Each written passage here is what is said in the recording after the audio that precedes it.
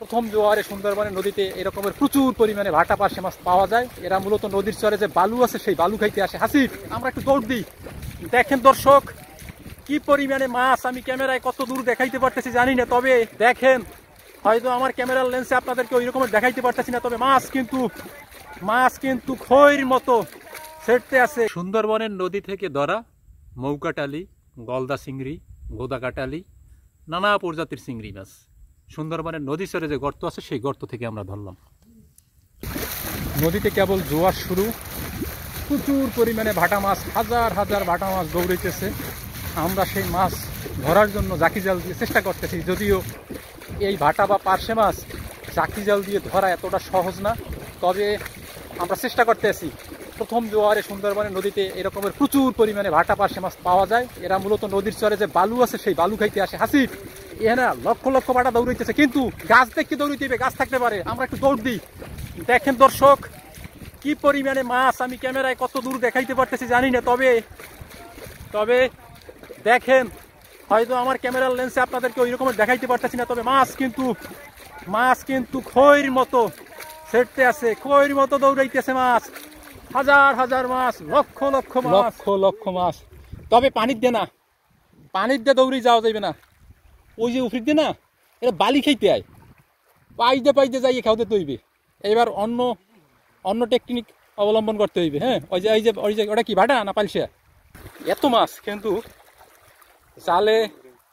জালে পরে না, তো পড়লেও তুই একটা আছে জালের ভিতরে। হ্যাঁ, এই একটা মাছ আমি দেখতেছি, ওই যে একটা মাছ আছে, আরো একটা আছে, কিন্তু যে পরিমাণে মাছ, ওই যে ভাটা মাছ,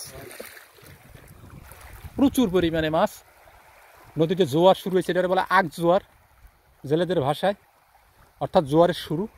এই শুরুতে ভাটা পার্শে মাছ, এই মাছগুলি মূলত নদীর একদম চরে ওঠে। চরে যে বালু আছে সেই বালু খাওয়ার জন্য এই মাছগুলি আসে। কিন্তু এই জাকি জাল বা খেপলা জাল দিয়ে এই মাছ ধরা সহজ না, অনেক কষ্টসাধ্য। চেষ্টা করে আমরা দেখতেছি। তবে এই ভাটা পালসে মাছ ধরার জন্য আলাদা জাল আছে, সেই জাল দিয়ে এই মাছগুলি খুব সহজে ধরা হয়। নদীর পাশে ওই জালগুলি টানা জালের মতো পাতা থাকে। আমরা দৌড়াদৌড়ি করে চেষ্টা করলে হয়তো বা ধরা যাবে না, পাই দিয়ে যাইতে হইবে, পাই দিয়ে বসো, যে পাই দিয়ে হাঁটতে হইবে, হাঁটতে যাই ওই যে কোনা না, ওই কোনায় দৌড় দিয়ে যাই না, আমি খাওয়াতে হইবে। তবে গাছ আছে, গাছের দিক দিয়ে সাবধান থাকতে হইবে, গাছের উপর দিয়ে দৌড় দেওয়া। দেখবেন এই যে মাছ দৌড়ায়, এই যে একদম এরা উপরে আসে বালু খাইতে।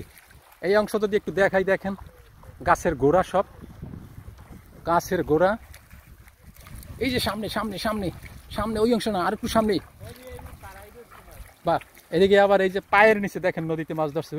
ওই যে সূর্যের বিপরীত থেকে আপনাদের দেখাইলাম, তাই স্পষ্ট দেখাইতে পারলাম না।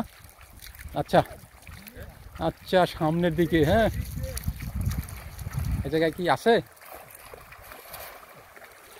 এই জায়গায় দিয়া মাছ দৌড়াইছে। আচ্ছা, ওই পিছনের চরে যাবো না, সামনের দিকে না, আমরা পিছনের দিকে যাবো।